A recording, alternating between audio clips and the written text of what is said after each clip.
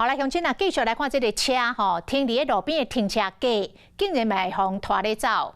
高雄有乡亲就拄到这款的情形，原来这个停车架是前后两架，停伫头前架车刚夹到后壁停车位，所以后壁这台车的车尾就超出到停车架，缀到红线，就安尼，这台车互警方拖掉，驾驶是感觉真无奈。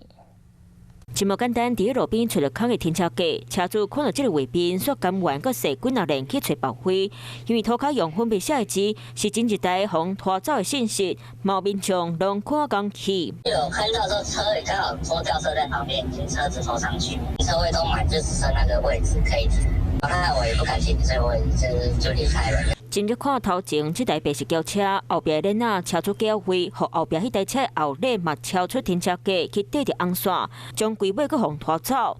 我是不太敢停啊。第二台车的话，他应该要去申诉啊。对啊，有跨红线也一定被拖啊。你没办法停，你就不要停了。因为安尼违规互拖走，车主应该感觉真无辜。 啊！若违规的所在，就伫咧高雄左营文康路，车主驾位的白色轿车，搁插伫咧遐。驾位有一半的所在是空的，照规定后壁链通出停车架线，就算违规。后车驾驶人如果认为权益受损的话，侵犯到他的权益还是请他以报案的方式请警方到现场去做一个厘清来界定违规的部分就以56条1项9款。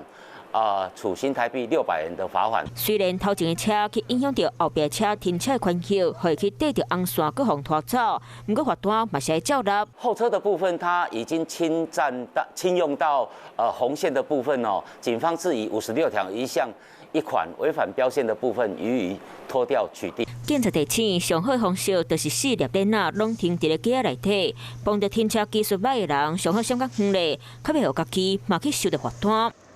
晚间9点，邀请您与世界同步，60分钟掌握全球脉动。What News 9，陈雅玲世界晚报给您崭新视野。